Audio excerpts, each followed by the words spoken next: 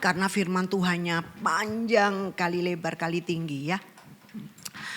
Judul firman Tuhan hari ini adalah Tuhan Yesus vs Mamon. Nah ini Tuhan Yesus, wah keren ya Dela, kamu ambil gambarnya keren sekali. Tuhan Yesus vs Mamon. Nah ini diambil dari Matius 6 ayat 24. Tidak seorang pun dapat mengabdi kepada dua tuan. Karena jika demikian ia akan membenci yang seorang dan mengasihi yang lain. Atau ia akan setia kepada yang seorang dan tidak mengindahkan yang lain. Kamu tidak dapat mengabdi kepada Elohim dan kepada Mamon. Mamon ini berasal dari bahasa Aram atau bahasa Ibrani kuno. Mamona, dari kata mamona yang berarti harta, kekayaan atau uang. Pada waktu Yesus berkata kamu tidak dapat mengabdi kepada Elohim dan kepada Mamon. Mamon di sini digambarkan sebagai tuan yang berarti suatu pribadi Bapak Ibu. Suatu pribadi atau suatu spirit roh jahat atau dewa kekayaan. Bapak Ibu ingat kalau kita merayakan Imlek ya, apalagi kalau di hotel-hotel berbintang itu selalu ada dewa uang. Nah, dewa uang ini namanya Cai Sen Ye atau Cai Sen, Cai uang, Sen dewa. Cai Sen dewa sama dengan dewa uang sama dengan dewa kekayaan. Nah, dewa uang atau kekayaan ini berjalan keliling di setiap meja tempat kita makan dan membawa kayak uang yang zaman kuno itu kayak emas gitu ya. Kayak apa? Kayak perahu gini ya. Nah tapi dia juga terima angpo Bapak Ibu. Nah jadi cucu-cucu ini pada ngasih angpo sama dewa kekayaan. Ternyata saya juga kasih. Terus saya ngomong gini, iki dewa kekayaan kok njaluk angpo. Langsung aku ngomong begitu ya. Waktu itu ini dewa kekayaan kok minta angpo. Nah Bapak Ibu seperti yang digambarkan seperti ini. Ayo Del lihat Del, tampilkan Del.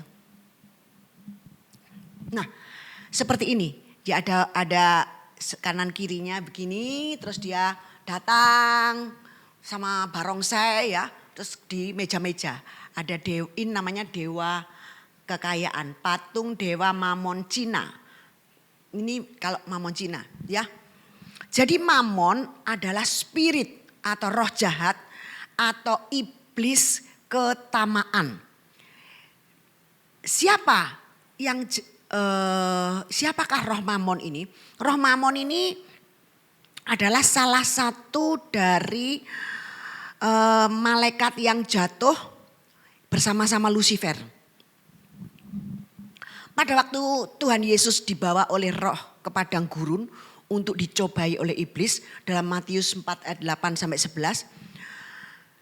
Yang mencobai ini adalah iblis Mamon. Bisa tampilkan gambarnya Dela iblis Mamon. Nah seperti ini. Ini lihat iblisnya itu menginjak manusia. Manusia sampai di bawah diinjak.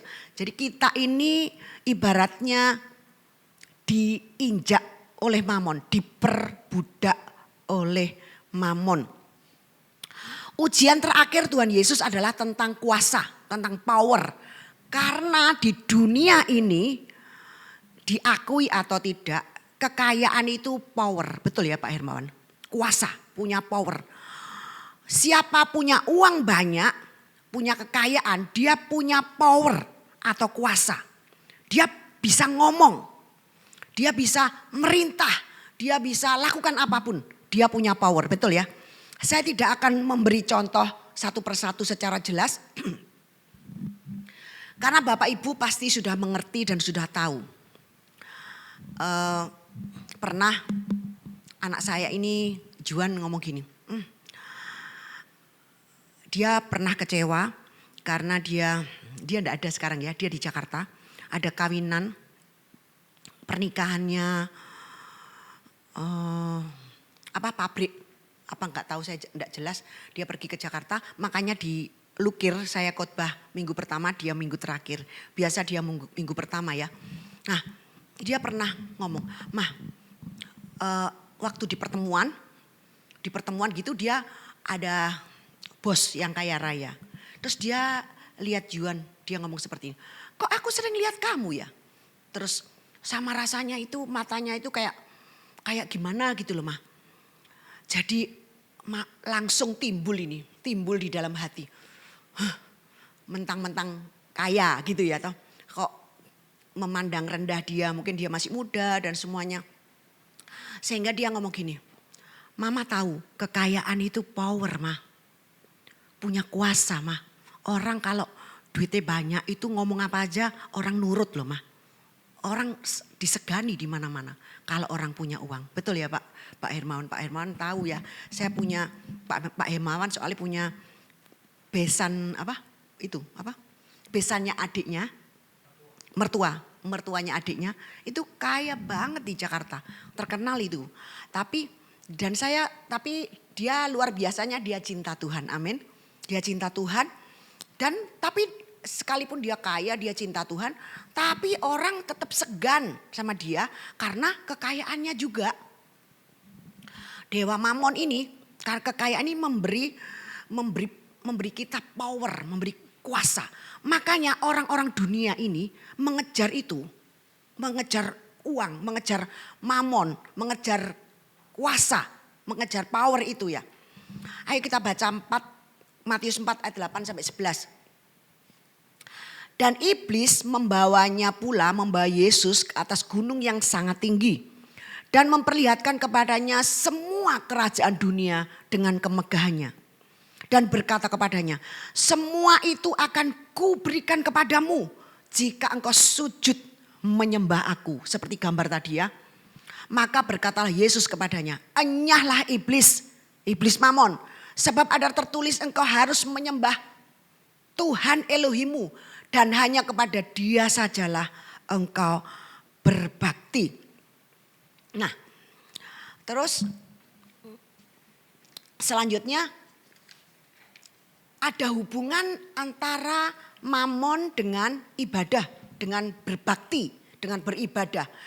Banyak dari kita tanpa kita sadari, kita lebih mementingkan mamon daripada ibadah kepada Tuhan. Benar? Semua pasti iyalah, termasuk saya. Mungkin ya atau ya. Gini, seandainya hari Minggu, terus ada acara, ada sesuatu yang mendatangkan di dalam, yang membuat bisnis kita cuan. Nah, sekarang tak tanyai, pilih kemana? Ke gereja atau ke situ? Ke gereja kan bisa minggu depan. Ibadah kan di sini juga bisa, di rumah juga bisa. Ke situ dulu, bener ya? Noni guyu itu. Nah, semua iya betul. Aku percaya itu. Kita ndak usah munafik lah. Termasuk juga saya juga pengusaha. Nah, tapi ada kesaksian seperti ini. Saya punya adik mama saya. Adik mama saya ini ada di Malang, dia ini punya cokro motor, tahu ya cokro motor. Sekarang sudah tutup, sekarang sudah tua, anaknya di Amerika semua ndak mau lanjutin. Jadi sekarang enggak, sudah tua dia agak stroke. Dulu dia ndak kenal Tuhan Bapak Ibu. Dia kalau tiap minggu itu selalu buka. Justru kalau minggu itu rame sekali. Rame kalau minggu. Setelah dia kenal Kristus, dia ini mau nutup hari Minggu ini mikir Bapak Ibu. Waduh, iki nek ditutup Minggu iki omset hilang berapa ini? Ya betul ya. Itu totalannya masih banyak itu. Terus tapi pada waktu itu istrinya memberi kekuatan, ayo kita ibadah, tutup aja hari Minggu. Kita melayani. Dia kebetulan ke gerejanya diaspora. Ya, ke gereja itu. Terus akhirnya Minggu ditutuplah minggu itu. Tapi kesaksiannya adalah hasil dari minggu itu sama Tuhan bisa dialihkan ke Senin, Selasa, Rebo, Kamis, Jumat. nutup yang omset minggu biasanya banyak itu dialihkan harinya sama Tuhan. Senin, Selasa, Rabu, Kamis, Jumat, Sabtu. Nah, saya juga pernah punya pengalaman sama suamiku. Kalau dia hari Minggu itu dia lebih pilih cari di Banyuwangi ada truk, ada bisnis apa dia mau lihat ke sana, terus dia enggak ke gereja, pasti gagal. Saya bilang, tinggalkan ibadah, aku percaya enggak goal itu yang kamu datengin itu. Ternyata benar Bapak Ibu. Setiap dia tinggalkan ibadah, dia lihat sesuatu ada yang menguntungkan mungkin ya di Banyuwangi di mana itu mesti gagal. Jadi kita harus pilih Yesus atau Mamon. Nah, kenapa orang bisa dikuasai oleh roh Mamon? Kita semua itu bisa dikuasai oleh roh Mamon karena orang itu dikuasai oleh roh kekhawatiran dan ketakutan. Roh kekhawatiran, ketakutan, kehilangan uang, kehilangan mamon. Karena orang tersebut tidak percaya akan penyediaan Tuhan untuk dia yang tidak pernah habis. Jadi kenapa orang itu bisa dikuasai oleh roh mamon? Karena orang itu gak percaya bahwa Tuhan itu sanggup menyediakan semua kebutuhannya dan tidak pernah habis-habisnya. Setiap hari. Nah, oleh sebab itu di Matius 6 ayat 24 tersebut disambung dengan hal kekhawatiran. Sebenarnya Alkitab itu tidak ada putus-putusnya. Tidak diputus perikop ini, hal kekhawatiran. Tidak ada. Alkitab itu nyambung terus. Nah, yang mutus ini manusia. Jadi sebenarnya itu nyambung. Terus bawahnya langsung dari Matius 6 ayat 24 tadi, bawahnya 25, karena itu aku berkata kepadamu langsung. Janganlah khawatir akan hidupmu, akan apa yang hendak kamu makan atau minum. Janganlah khawatir pula akan tubuhmu, akan apa yang hendak kamu pakai. Bukankah hidup itu lebih penting daripada makanan dan tubuh itu lebih penting dari pakaian? Terus 26, pandanglah burung-burung di langit yang tidak menabur dan tidak menuai, tidak mengumpulkan bekal dalam lumbung, namun diberi makan oleh Bapamu yang di surga. Bukankah kamu jauh melebihi burung-burung itu? Siapakah di antara kamu yang karena kekhawatirannya dapat menambah sehasta saja pada jalan hidupnya? Dan mengapa kamu khawatir akan pakaian? Perhatikanlah bunga bakung di ladang yang tumbuh tanpa bekerja dan tanpa memintal. Namun aku berkata kepadamu, Salomo dalam segala kemegahannya tidak berpakaian seindah salah satu dari bunga itu. 30. Jadi jika demikian Elohim mendandani rumput di ladang yang hari ini ada, besok dibuang ke dalam api. Tidakkah dia akan lebih lagi mendandani kamu, hai orang yang kurang percaya. Nah 31, sebab itu janganlah kamu khawatir dan berkata apakah yang akan kami makan, apakah yang akan kami minum, apakah yang akan kami pakai.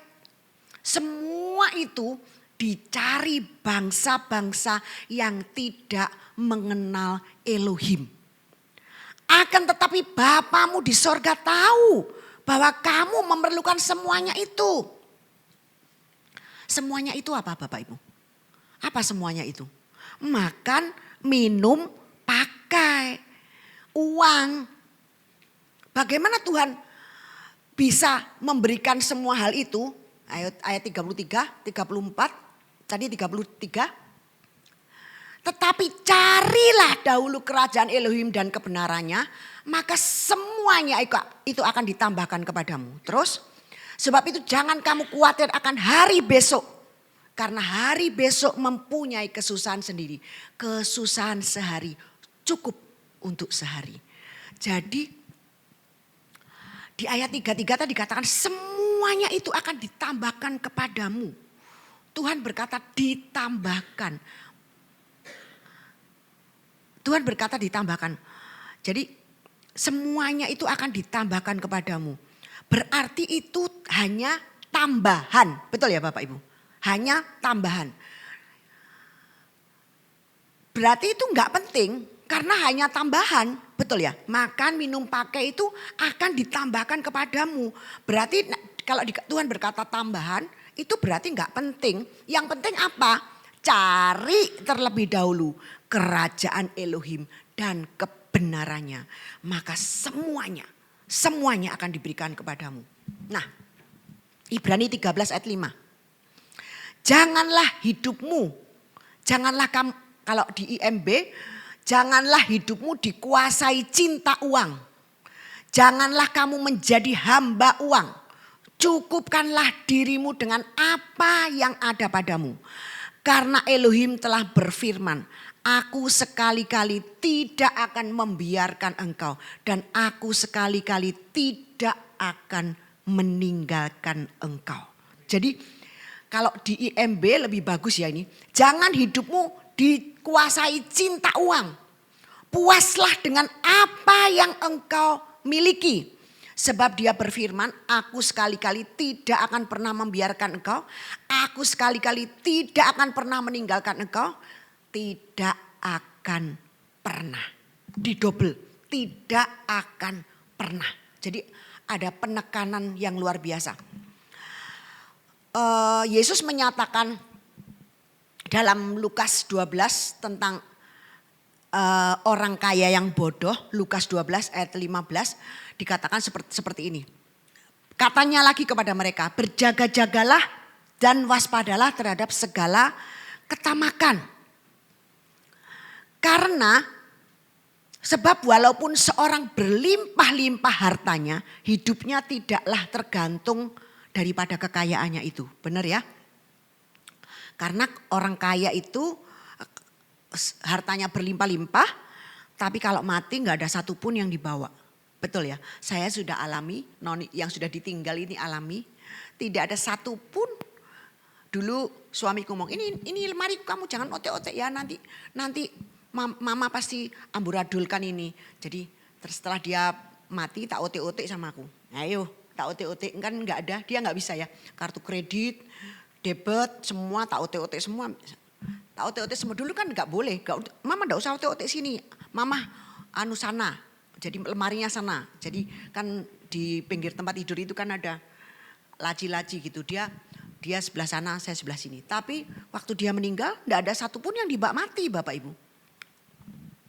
Nah, terus ayat 16. Kemudian dia mengatakan kepada mereka suatu perumpamaan. Yesus mengatakan kepada murid-muridnya suatu perumpamaan. Katanya, ada seorang kaya, tanahnya berlimpah-limpah hasilnya. Ia bertanya dalam hatinya, apakah yang harus aku perbuat? Sebab aku tidak mempunyai tempat di mana aku dapat menyimpan hasil tanahku ini. Terus dia mikir lagi, lalu katanya, inilah yang aku perbuat. Aku akan merombak lumbung-lumbungku dan aku akan mendirikan yang lebih besar. Dan aku akan menyimpan di dalamnya segala gandum dan barang-barangku. Sesudah itu aku akan berkata kepada jiwaku, jiwaku ada padamu banyak barang tertimbun untuk bertahun-tahun lamanya. Beristirahatlah, makanlah, minumlah dan bersenang-senanglah. Tetapi firman Tuhan kepadanya, firman Elohim kepadanya, hai engkau orang bodoh, pada malam ini juga jiwamu akan diambil daripadamu. Dan apa yang telah kau sediakan untuk siapakah itu nanti? Demikianlah jadinya dengan orang yang mengumpulkan harta bagi dirinya sendiri, jikalau ia tidak kaya di hadapan Tuhan. Bapak Ibu yang dikasihi Tuhan, nah dunia ini perlu uang. Kita hidup di dunia perlu uang, saya perlu uang. Tapi uang bukan segala-galanya. Janganlah hati kita dikuasai oleh uang. Gimana sih hati kita dikuasai oleh uang? Kita tamak, itu dikuasai oleh uang. Kita pelit, itu dikuasai oleh uang. Kita jadi diperbudak oleh uang. Nah, itu dikuasai oleh uang. Lukas 16 ayat 10 sampai 15.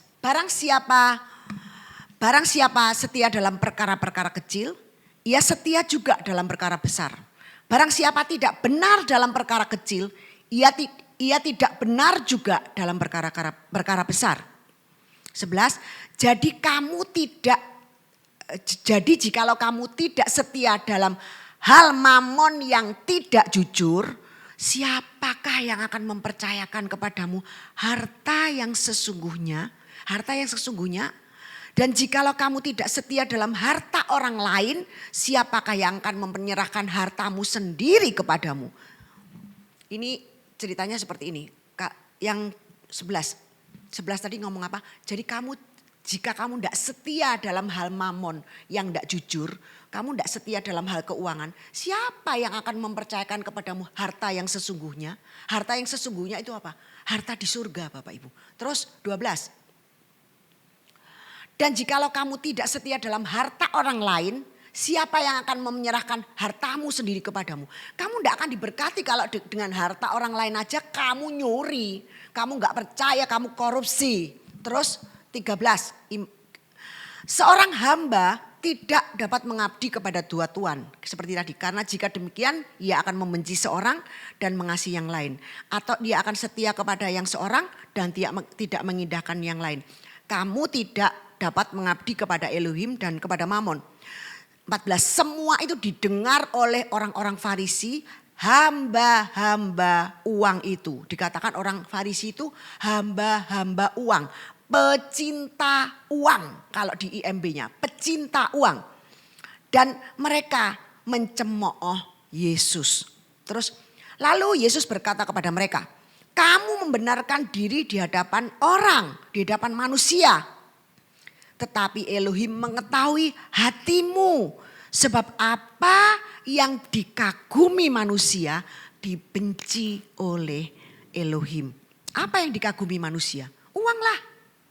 Di dunia ini uang. Tuhan benci apa yang dikagumi manusia itu dibenci Tuhan. Jadi yang dikagumi manusia uang dan Tuhan benci itu. Karena Tuhan kita adalah Tuhan yang cemburu.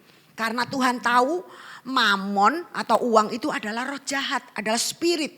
Dia juga minta dikagumi, dia juga minta disembah, dia juga minta dikejar-kejar. Dan dia itu sangat jahat Bapak Ibu. 1 Timotius 6 ayat 10. Karena akar segala kejahatan ialah cinta uang.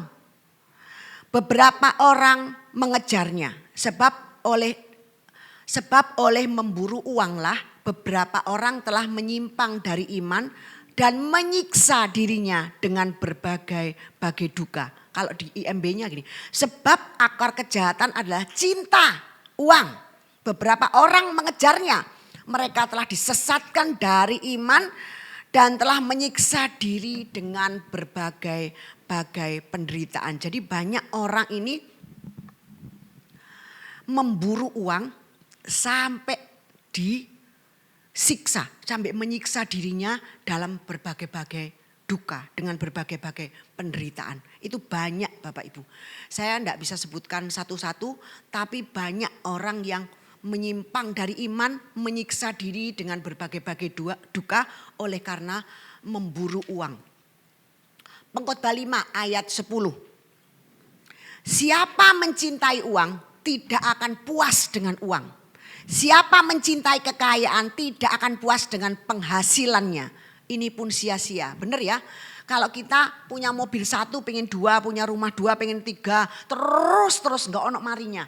Siapa mencintai uang, harta tidak akan puas dengan harta itu. Siapa mencintai kekayaan tidak akan puas dengan penghasilannya. Terus kurang. Nah, uang atau mamon adalah iblis ketamaan. Jadi orang ini dibuat tamak kurang terus Bapak Ibu. Dan orang kikir, orang pelit sama dengan orang yang cinta uang. Dia juga dikuasai oleh mamon. Ini adalah orang yang dikuasai oleh mamon. Orang miskin juga bisa dikuasai oleh iblis mamon itu sama. Nanti ada contohnya, saya akan kasih contoh orang di dalam Alkitab, orang miskin yang tidak dikuasai oleh iblis Mamon. Biarpun miskin tapi tidak kikir, tidak pelit. Nah, di hari-hari terakhir ini manusia akan jadi hamba uang. 2 Timotius 1 ayat 3, 2 Timotius 3 ayat 1 sampai 2 aja. 2 aja ya, sampai 2. Ketahuilah bahwa pada hari-hari terakhir akan datang masa yang sukar. Manusia akan mencintai dirinya sendiri, tamak akan uang, pembual dan sombong dan macam-macam ya. Jadi mencintai diri sendiri, tamak akan uang, pembual dan sombong. Nah, Amsal 23 ayat 4 sampai 5. Janganlah kamu bersusah payah untuk menjadi kaya. Hentikanlah niatmu itu, tinggalkanlah niatmu itu. Akankah engkau mengarahkan matamu kepada sesuatu yang tidak ada? Sebab kekayaan ini memiliki sayap, lalu mereka terbang ke langit bagaikan raja wali. Bapak Ibu, sebenarnya tak ceritain ya, Tuhanlah yang memerintahkan berkat datang kepada kita. Nah, bukan roh mamon ini ada di bawah kaki Yesus. Jangan kejar mamonnya, kejar Yesusnya. Berkat itu akan diperintahkan kepadamu. Nah, saya ini paling nekat di dalam rumah tangga. Saya bisa berkata seperti ini. Wis kalian semua mau jalan-jalan, mama semua yang bayarin ya, tak bayarin kabeh. Padahal aku gak punya duit. Tapi aku ngomong tak bayari semua.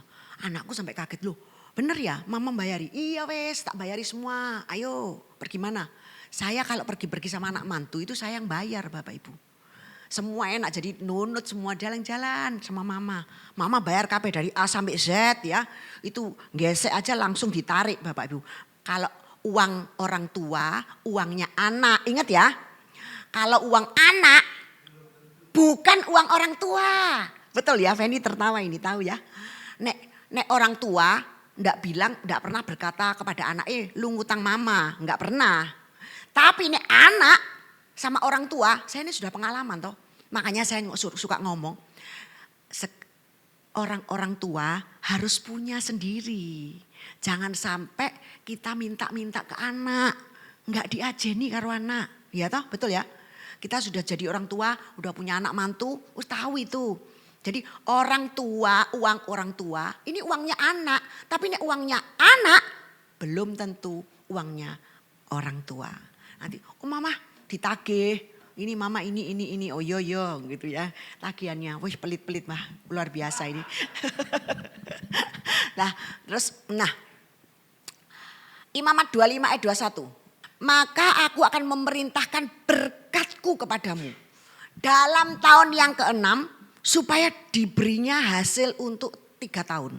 Jadi Tuhan itu memberkati, bicara sama bangsa Israel. Kamu tak berkati dalam tahun ke-6.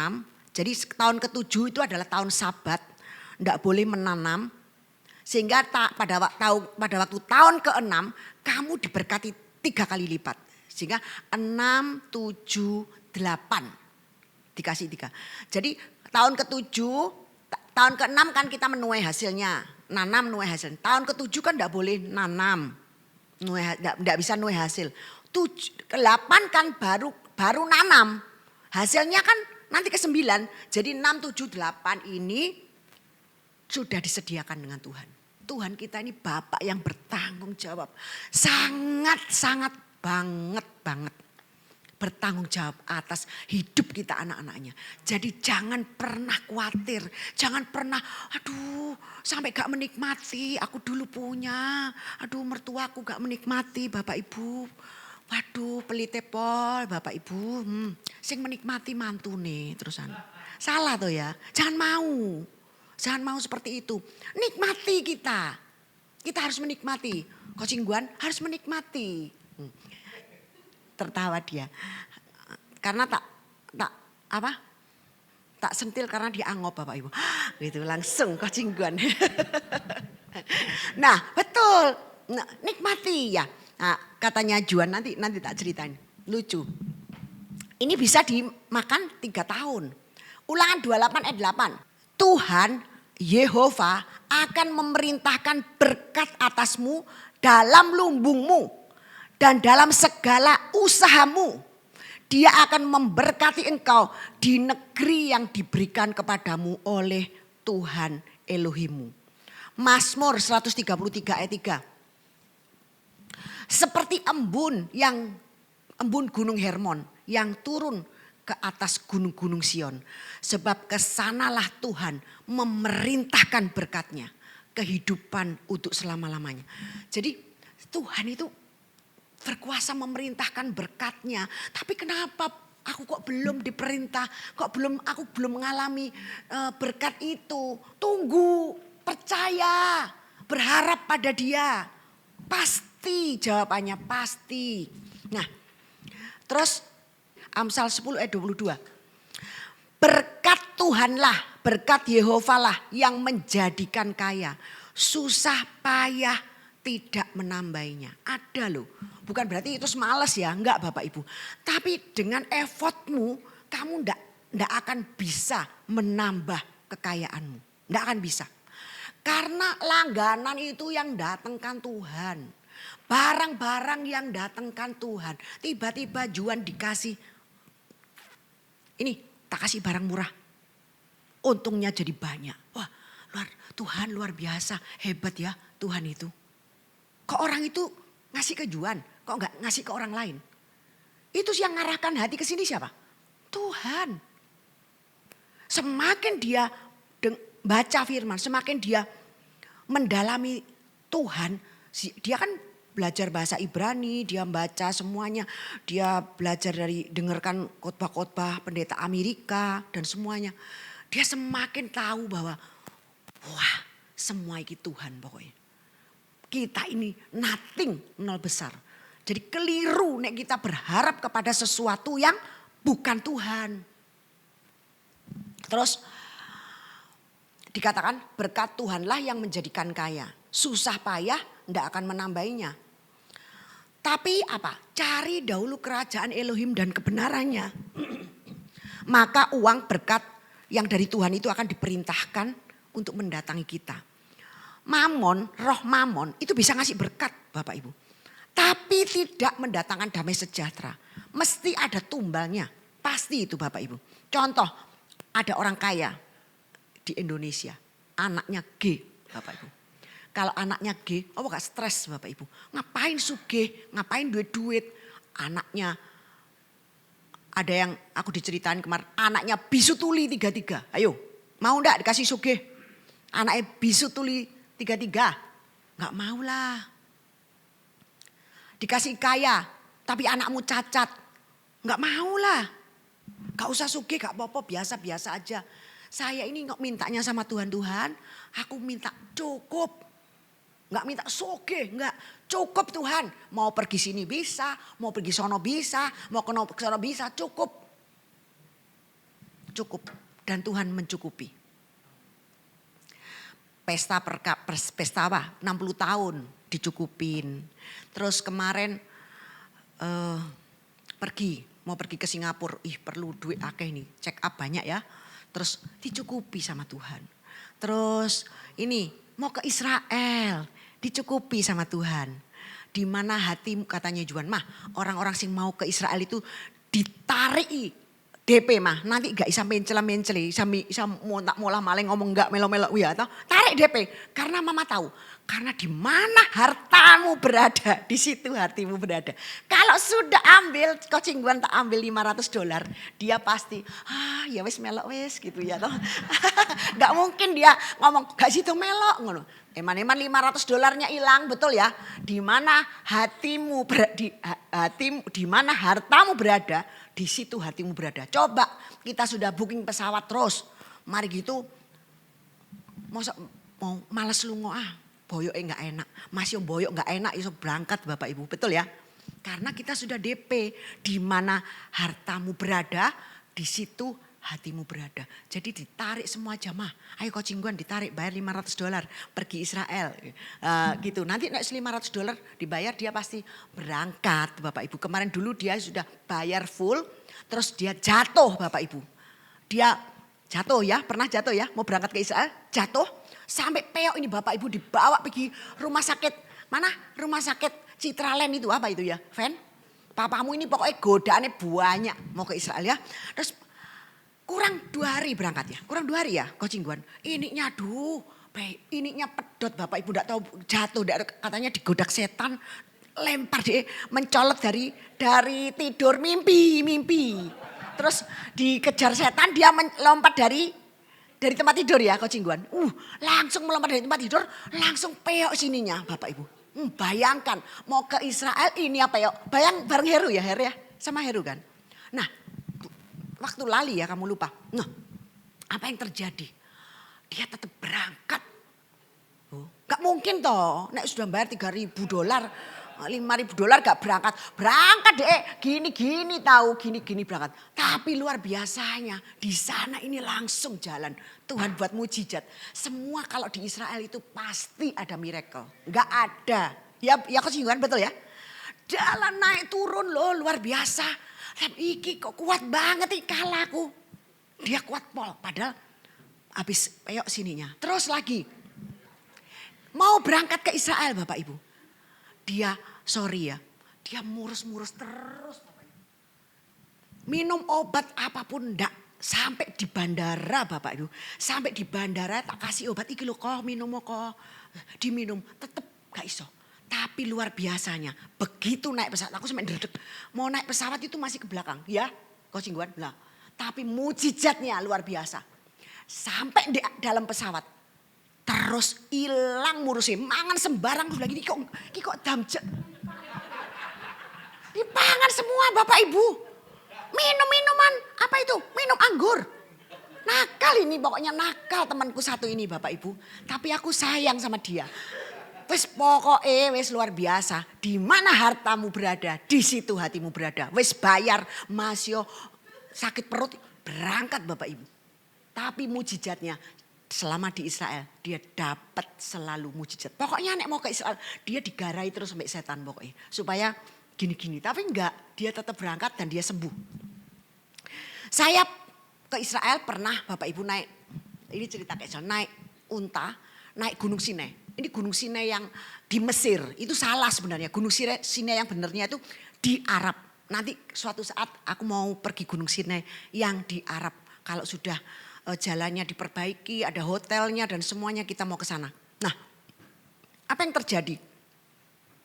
Saya ini mimpin rombongan Bapak Ibu. Saya waktu itu dengan Pak Yusak, dengan Bu Elisa. 3. Mimpin rombongan orang-orang campur orang Makassar, campur orang semua ya. Nah, terus Pak Yusak ngomong, aku gak naik gunung ya Li, kamu yang naik ya. Terus aku waduh, aku dewean yo naik gunung sama Bu Elisa. Nah terus tiba-tiba, terus Pak Yusak itu nitipkan saya ke tour leadernya, titip Lili yo. Dia mengkhawatirkan saya, titip Lili. Terus, tapi terjadi di Gunung Sinai itu tiba-tiba, Tuhan tolong saya. Loh dikira itu suaraku Bapak Ibu. Waduh semua stres Bapak Ibu. Jatuh dari unta ke jurang loh. Bu Elisa ternyata. Tuhan tolong saya. Untane kegreol watu Bapak Ibu. Terus gini sebelah ini jurang. Jatuh Bapak Ibu. Dikerek Bapak Ibu. Dikerek ini wis hancur semua. Dimasuk no rumah sakit. Dipikir gegar otak. Terus bener Bapak Ibu di rumah sakit Mesir itu kan rumah sakitnya jelek ya toh. Terus mari gitu, terus bagaimana caranya pada waktu itu sama Suita Tur orang Makassar. Kalau kita mengurangi 1 ini sedangkan visanya sudah masuk 30 seandainya ya. Kurang 1 yang 29 ini pasti ditolak. Jadi terpaksa Bu Elisa ini digotong Bapak Ibu masuk Israel. Bayangkan tuh apa yang terjadi dia itu pokoknya ini ada perbanan semua ini, perbanan semua duduk sebelahku. Jadi dia ditidurkan begini. Mateng kon. Bagaimana? Apakah ada mujizat? Luar biasa Bapak Ibu. Begitu masuk Israel, dia disuruh sama Pak Yusa, kamu ndak usah ikut mimpin, biar saya sama Lili, kamu di kamar saja. Hari kedua, hari pertama dia ndak ikut, dia di kamar saja. Terus hari kedua Bapak Ibu, tiba-tiba dia sudah duduk di depan bis. Loh Bu, lah apa kamu duduk di sini? Gak tidur tadi di kamar? Saya sudah sembuh. Karena begitu masuk Israel, tour guide-nya pasti ngomong gini, jangan khawatir, jangan takut, di sini tanah kudus. Pasti ada mujizat. Benar Bapak Ibu. Terus dia duduk kaget. Kenapa? Bagaimana mujizatnya? Saya tadi disamperi orang. Samperi jemaat yang baru bertobat Bapak Ibu. Dia tiba-tiba ngomong, Ibu mau saya doakan? Mau. Pada waktu didoakan itu langsung kayak aliran listrik semuanya. Ngalir di tubuhnya. Sembuh Bapak Ibu, langsung belanja kacamata. Karena kacamatanya hilang di sini, jatuh di jurang, kacamatanya hilang. Terus belanja kacamata. Terus pinjam aku, Bu Lili aku pinjam sisirnya. Aduh, kowe gurung keramas Bu. Kan dari itu, dari bawah itu belum keramas. Iya, aku belum keramas. Iya, pinjam sisirnya. Yo wis, mari tak umbah be aku sisir tak cuci. Nah, luar biasa. Ada mujizat di sana, luar biasa. Nah, ini Siana juga ada mujizat nih. Siana di sana. Lah, aku nih cerita Israel ya. Ini enggak ada rencana loh. Siana ini ngomong sama saya. Ini kupingku grebek-grebek. Aku ki mau baptis enggak di Sungai Yordan. Telinganya ini gembrebek satu ya Sian. Iya betul ya. Terus aku bilang, sudah dari sini Sian, baptis saja. Seperti Tuhan Yesus, nanti kamu dapat mujizat. Benar Bapak Ibu, dibaptis sampai sekarang kupingnya agak gembrebek Bapak Ibu, sembuh. Ada yang pendarahan, ya betul ya, dulu barengan kita ya, ada yang pendarahan, sembuh. Wah, pokoknya banyak sekali. Hutangnya Kocingguan. Banyak orang bukan piutang, orang hutang ke Kocingguan. Itu banyak Bapak Ibu, pulang dari Israel bayar kabeh. Terus mari gitu, makanya kalau diajak Israel enggak pernah nolak dia. Kecuali kali ini dia bingung Bapak Ibu. Takut perang. Aku bilang, loh katanya hidup adalah Kristus kok. Mati adalah suatu keuntungan. Dia takut. Nanti nek perang piye? Nanti Iran iku loh. Aku enggak takut kalau Hamas. Aku takut sama Iran nek tiba-tiba langsung gitu tuh. Yo gak apa-apa kok kita melok perang aja. Dia enggak berani. Terus tambah Feni dulu ngomong gini. Loh enak ya kalau perang enak ya. Terus dimarahi papahnya. Enak-enak bagaimana perang waktu kita di Grand Court tuh di Yerusalem Feni kan serem ya, tentaranya kan banyak Bapak Ibu, bawa ini kok tentaranya Israel ganteng-ganteng Bapak Ibu, bawa senjata itu masuk di hotel Grand Court itu suka dipakai untuk tentaranya itu jalan-jalan ke situ. Terus Feni ngomong, wih serem, enak ya, seneng ya nek perang begini. Terus papanya ngomong, kok seneng piye? Papa wis ndredeg ini Bapak Ibu ya. Nah guyon ini cuma guyon. Nah di mana hartamu berada, di situ hatimu berada. Jadi itu memang di setiap manusia. Nah, sekarang kita mesti sadar ya, harta kita ini di surga. Jadi hati kita ini di surga. Nggak usah mikir uang. Uang itu nanti akan datang sendiri dikasih Tuhan. Mikir Tuhan, nanti uang itu datang dengan caranya yang ajaib. Dengan caranya yang ajaib. Aku enggak bisa cerita satu-satu ya. Karena memang keajaiban itu aku hadapi. Aku alami dalam hal keuangan ini luar biasa. Katanya Juan, nek mama ini gak iso ditiru. Bonek ini mama. Bonek bener Bapak Ibu. Kok mau import barang? Ya apa? Apa sih diimport? Ini. Terus gimana? Aku tanya-tanya dulu. Saya bilang, ambil. Sungguh mah ambil. Bisa cuan kamu nanti. Cuannya berapa? Kira-kira segini. Bener loh Bapak Ibu. Cuannya segitu. Seperti yang tak omong no itu. Jadi itu apa ya? Nggak pernah takut saya soal keuangan. Mertuaku kalau marahi aku. Kamu ini perpuluhan. Nanti bangkrut mama kena mantu kamu. Terus saya bilang gini. Enggak mah. Kita enggak pernah bangkrut, tapi kaya, semakin kaya, bahkan luar biasa kaya. Jadi Mamaku itu suka marah-marahi aku dulu Bapak Ibu. Kalau sama pendeta bencinya luar biasa. Karena pasti njaluk duit ngono. Datang ke toko Bapak, aduh wis gak seneng dia Bapak Ibu. Ini pasti. Terus mantuku ngasih perpuluhan. Wah, dimarah-marahi. Tapi saya punya satu keyakinan bahwa aku tidak akan miskin. Aku tidak akan bangkrut. Aku kaya, semakin kaya dan luar biasa kaya. Karena Tuhan yang membuat aku kaya itu ada di dalamku. Jadi apa ya? Kuat gitu loh. Ini bukan saya. Karena katanya Siana kalau Lili ini memang freedom finansial katanya dia. Jadi gak wedi melarat, gak wedi apa. Pokoknya ono duit kayak noai, wis nek ono perlu yo pakai aja. Nanti lah dikasih lagi sama Tuhan. Begitu Bapak Ibu. Nah, ini Pengkhotbah 5 ayat 19. Setiap orang kalau Tuhan itu memberi berkat, itu kita dikasih kuasa untuk menikmati sampai hidup kekal. Betul ya? Kalau Tuhan yang kasih, kalau iblis yang kasih, ono tumbalnya. Tapi kalau Tuhan yang kasih, kita bisa menikmati. Karena kuasa menikmati itu berasal dari Tuhan. Nah, Pengkhotbah 5 ayat 19 berkata seperti ini. Setiap orang yang kepadanya Elohim berikan kekayaan, setiap orang yang dikaruniai Elohim kekayaan dan harta benda dan kuasa untuk menikmatinya, untuk menerima bagiannya dan untuk bersuka cita dalam jerih payahnya, itu pun karunia Elohim. Jadi setiap orang yang kepadanya Elohim berikan kekayaan, diberikan kemakmuran, diberikan kuasa menikmati dan menerima bagiannya serta bersuka cita dalam jerih lelahnya, itu pun adalah karunia Elohim. Dikasih karunia menikmati itu karunia Elohim. Kalau kita punya kekayaan, tapi kita tidak bisa menikmatinya. Terus kita duduk di kursi roda. Buat apa? Gak usah sugih Bapak Ibu. Aku tidak mau sugih kalau duduk di kursi roda. Kaya juga bisa menikmati. Pengkhotbah 6 ayat 2. Seorang yang dikaruniai Elohim kekayaan, harta benda dan kemuliaan. Sehingga ia tidak kekurangan suatu pun yang diinginkannya.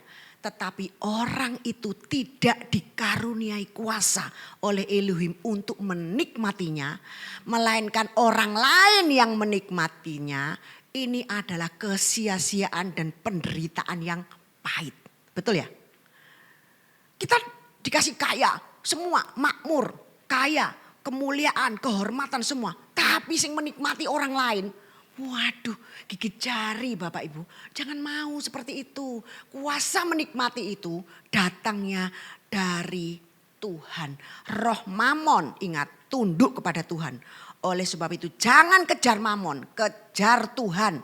Maka Tuhan akan perintahkan berkatnya turun atas kita. Oleh sebab itu Tuhan berkata di dalam Matius 6 ayat 19 sampai 21.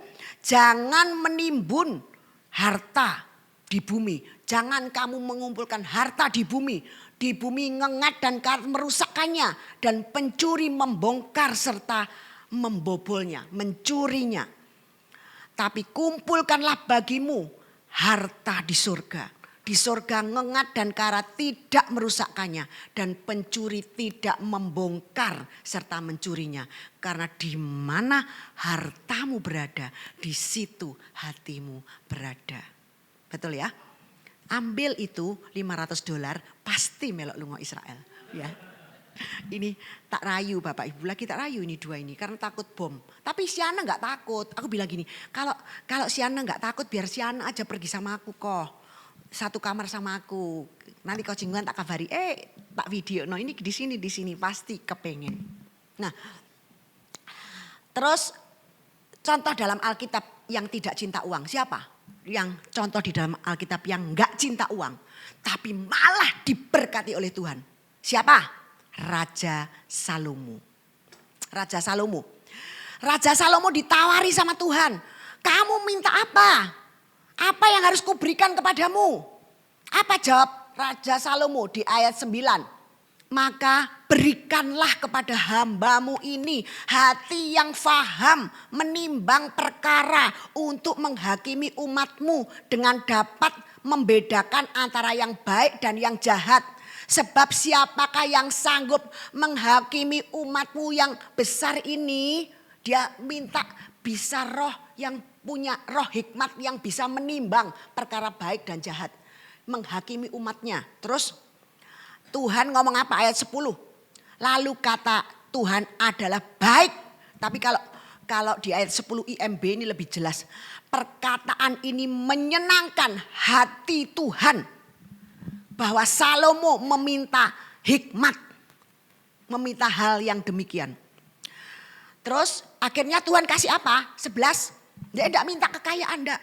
Dia minta hikmat untuk bisa. Aku memerintah ini loh, gini kayak rakyatnya. Terus aku gimana kalau menimbang perkara, mengadili perkara yang baik dan jahat. Aku enggak ngerti Tuhan. Aku minta itu aja. Roh yang bisa menimbang yang baik yang jahat. Hikmat Tuhan. Jadi berfirmanlah Elohim kepadanya. Oleh karena engkau telah meminta hal yang demikian, hikmat. Dan tidak meminta umur panjang, kekayaan atau nyawa musuhmu, melainkan pengertian untuk memutuskan hukum. 12. Maka sesungguhnya aku melakukan sesuai dengan permintaanmu itu. Sesungguhnya aku memberikan kepadamu hati yang penuh hikmat dan pengertian. Sehingga sebelum engkau tidak ada seorang pun seperti engkau. Dan sesudah engkau tidak akan bangkit seorang pun seperti engkau. 13. Apa? Bonusnya. Dan juga apa yang tidak kau minta aku berikan kepadamu. Baik itu kekayaan maupun kemuliaan. Sehingga sepanjang umurmu tidak akan ada seorang pun seperti engkau di antara raja-raja. Sampai hari ini Bapak Ibu, tidak ada raja di dunia ini yang bisa mengalahkan kekayaannya Salomo. Hikmatnya Salomo, kekayaannya, kemuliaannya, kehormatannya. Tidak ada yang bisa mengalahkan. Karena Tuhan yang memberikan. Dia adalah raja yang enggak moto duiten Bapak Ibu. Enggak cinta uang. Nah ini tambah Tuhan memberkati. Ayat 13. Dan jika kamu mau hidup menurut jalan yang kutunjukkan dan tetap mengikuti segala ketetapan dan perintahku. Sama seperti Daud ayahmu. Maka aku akan memperpanjang umurmu. Jadi kasih semua Bapak Ibu. Enggak minta sugih dikei. Justru orang yang ngejar-ngejar sugih punya sayap itu. Terbang itu. Kekayaan itu. Kejar Tuhan. Maka uang itu akan diberikan kepadamu. Itu mamon, itu roh spirit Bapak Ibu. Itu enggak boleh. Ada yang kaya raya. Tapi anaknya sakit. Ada yang semuanya itu roh mamon itu punya tumbal. Ada lagi, siapa? Orang miskin tapi dia tidak cinta uang. Ada contohnya janda Sarfat. Janda ini pada waktu itu musim kelaparan. Elia diperintahkan Tuhan untuk datang kepada janda itu.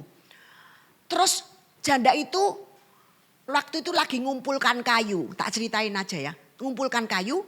Terus apa yang terjadi? Elia ngomong gini, berikan aku air. Pada waktu itu musim kelaparan. Dikasihilah air. Terus buatkan aku roti. Terus janda Sarfat itu ngomong gini. Loh ini lo tepung tinggal sak genggam.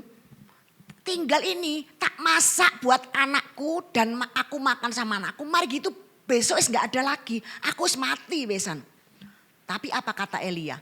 Buat itu untuk saya. Nanti tepung di dalam tempayanmu itu tidak akan habis. Minyakmu dalam buli-buli tidak akan habis. Percaya Bapak Ibu, aku ini disuruh Tuhan. Tuhan berfirman. Percaya tidak? Orang di masa kelaparan ada orang ngomong gitu. Ini tinggal roti satu-satunya. Percaya tidak? Suruh kasihkan dia. Banyak orang pasti gak percaya Bapak Ibu. Tapi janda ini memberikan kepada Elia. Satu-satunya yang dia punya diberikan kepada Elia. Dan sesuatu terjadi. Roti tepungnya ndak habis, minyaknya ndak habis. Tepungnya ada terus Bapak. Lalu pergilah perempuan itu dan berbuat seperti yang dikatakan Elia. Maka perempuan itu dan dia serta anak perempuan itu mendapat makan beberapa waktu lamanya. 16, tepung dalam tempayan itu tidak habis dan minyak dalam buli-buli itu tidak berkurang seperti firman Tuhan yang diucapkannya dengan perantaraan Elia. Seandainya saya datang musim kelaparan, terus aku datang ke rumahnya Pak Hermawan. Kok tinggal satu li, ini tak makan terus mati aku li. Tapi Tuhan ngomong kok itu kasih no aku nanti semua dipenuhi nanti. Buli-buli tepungmu itu nanti penuh semua, percaya? Amin, percaya. Amin, amin. Percaya. Ada yang nggak percaya loh, kok enak ini kok nek tak makan. Nek tak kasih dia nek enggak terjadi ya apa? Aduh, ada yang nggak mau Bapak Ibu. Tapi janda Sarfat ini taat. Dia bukan pelit. Janda miskin yang tidak cinta uang. Karena orang miskin juga ada cinta uang Bapak Ibu. Pelit itu luar biasa Bapak Ibu. Aduh. Ayo, ketiga. Siapa yang enggak cinta uang di dalam Alkitab? Persembahan seorang janda miskin. Lukas 21 ayat 1 sampai 4. Ketika Yesus mengangkat mukanya, ia melihat orang-orang kaya memasukkan persembahan mereka ke dalam peti persembahan. Dia melihat juga seorang janda miskin memasukkan 2 peser dalam peti itu. Lalu Yesus berkata, aku berkata kepadamu, sesungguhnya janda miskin ini memberi lebih banyak dari semua orang itu. Sebab mereka semua memberi persembahan dari kelimpahannya. Tapi janda ini memberi dari kekurangannya. Bahkan ia memberikan seluruh nafkahnya. Ayo, besar mana? Besar janda ini. Nah, orang kaya kasih paling ya dia masih punya harta yang banyak di rumah. Tapi janda ini memberi dari semua. Semua dari nafkahnya diberikan. Jadi janda miskin ini percaya. Kenapa dia bisa lakukan itu? Janda miskin ini percaya bahwa besok Tuhan pasti kasih berkatnya lagi. Karena janda ini memberi dari kekurangannya, yaitu seluruh nafkah hidupnya. Percayalah, percaya pada Yesus. Karena Pak Titi nih. Percayalah, dia pasti sediakan. Ada lagi contoh di dalam Alkitab. Siapa yang cinta mamon? Nah, ini hampir selesai khotbah saya. Ada yang contoh di Alkitab yang cinta mamon. Markus 10 ayat 17 sampai 27. Tapi tak ceritain aja ya. Ada orang kaya itu ngomong sama Tuhan. Tuhan Yesus, guru yang baik. Apa yang harus aku lakukan supaya aku bisa masuk dalam kerajaan surga? Terus Yesus ngomong, jangan membunuh, jangan ini. 10 perintah. Sudah tak lakukan semua. Langsung Tuhan ngomong, kurang 1. Apa? Jual semua milikmu. Ayo kasihkan kepada orang miskin. Terus 20. Lalu kata orang itu kepadanya, guru, semuanya itu sudah kuturuti sejak masa mudaku. Aku sudah nuruti 10 hukum Taurat semua. Tapi Yesus memandang dia dan menaruh kasih kepadanya. Lalu berkata kepadanya, hanya 1 lagi kekuranganmu. Pergilah, jualah apa yang kau miliki dan berikanlah itu kepada orang miskin. Maka engkau akan beroleh harta di surga. Kemudian datanglah kemari dan ikutlah aku. Terus mendengar perkataan itu ia menjadi kecewa lalu pergi dengan sedih sebab banyak hartanya. Tak tanyai sekarang, apakah Tuhan nyuruh beneran sebenarnya?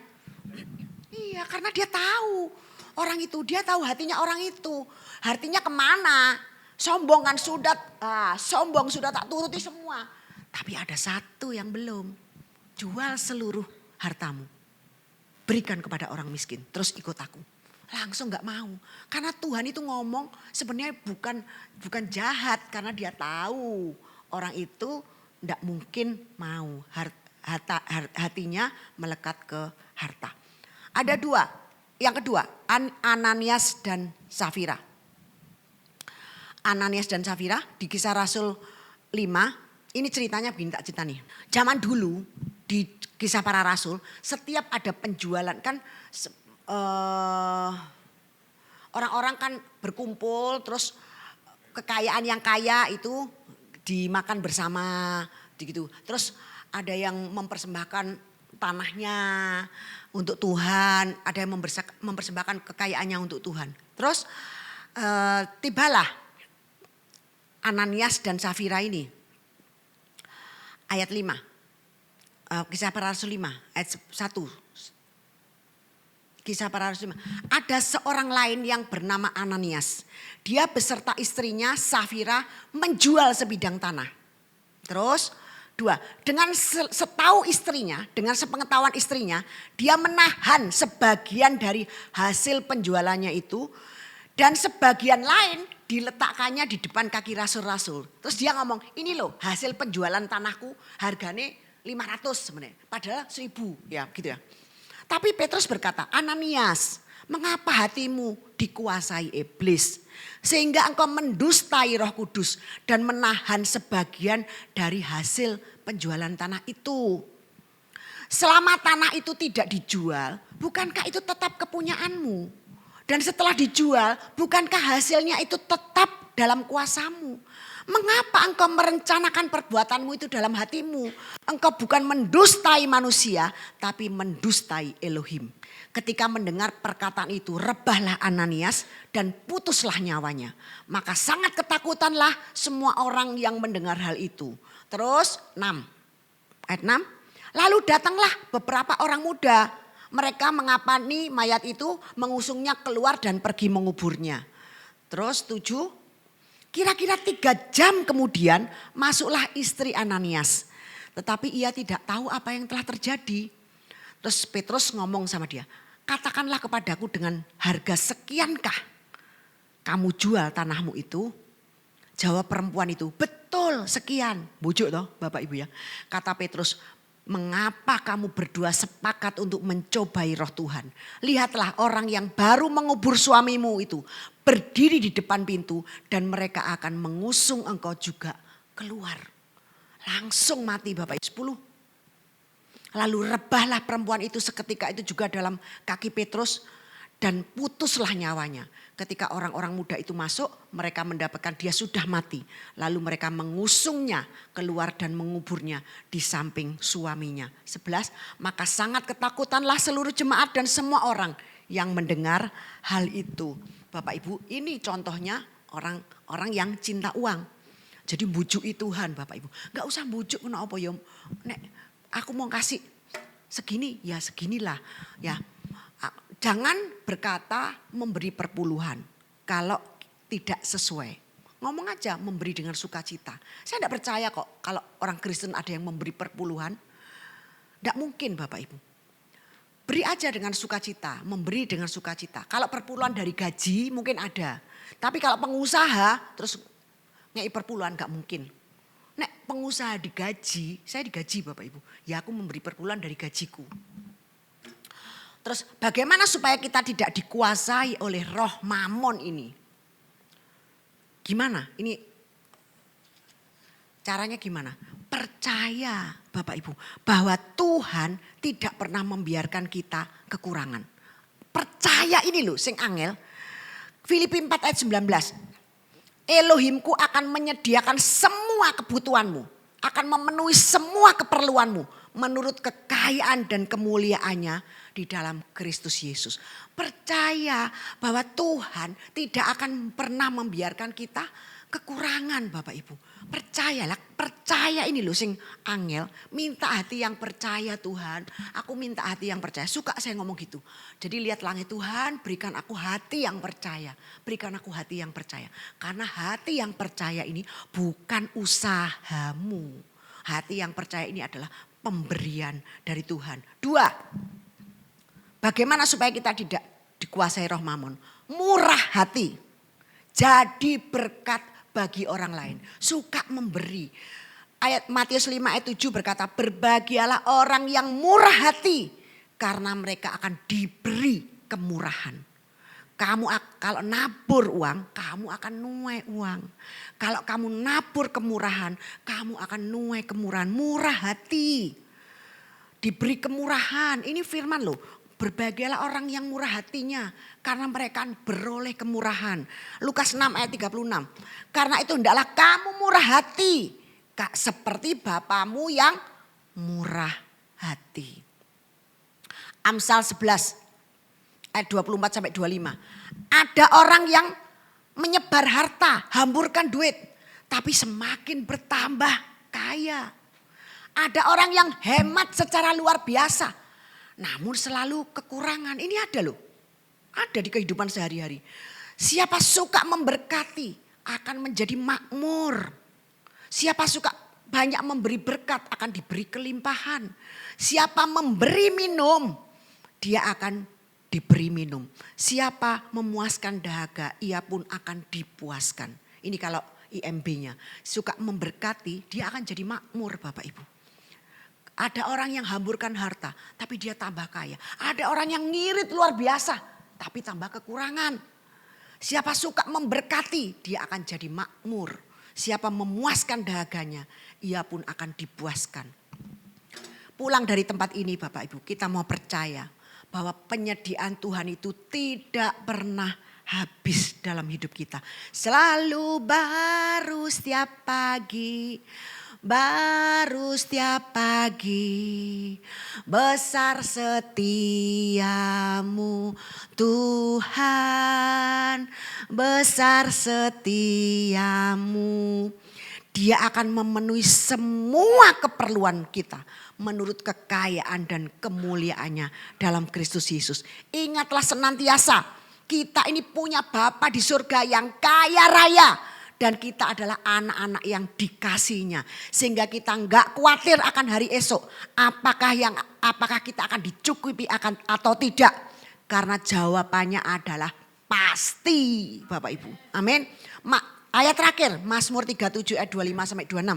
Sejak aku muda, dahulu aku muda, sampai aku jadi tua.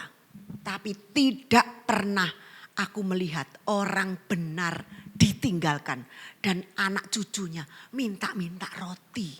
Benar Bapak Ibu. Tiap hari ia menaruh belas kasihan, murah hati. Dia memberi pinjaman dan anak cucunya menjadi berkat. Ini loh orang benar. Mazmur Daud berkata, sejak aku muda hingga aku jadi tua, aku tidak pernah melihat orang benar ditinggalkan maupun keturunannya minta-minta roti. Sepanjang hari orang itu murah hati, memberi pinjaman dan keturunannya diberkati. Inilah yang dilihat oleh Daud Bapak Ibu. Dan saya percaya itu benar-benar terjadi. Kalau kita suka memberkati, kita pun akan diberkati. Kita bermurah hati, maka kita akan beroleh kemurahan. Sejak Daud muda sampai jadi tua, dia tidak pernah lihat orang benar itu ditinggalkan. Dan anak cucunya, keturunannya minta roti. Tapi orang benar itu selalu bermurah hati, memberi pinjaman dan keturunannya pasti diberkati. Amin.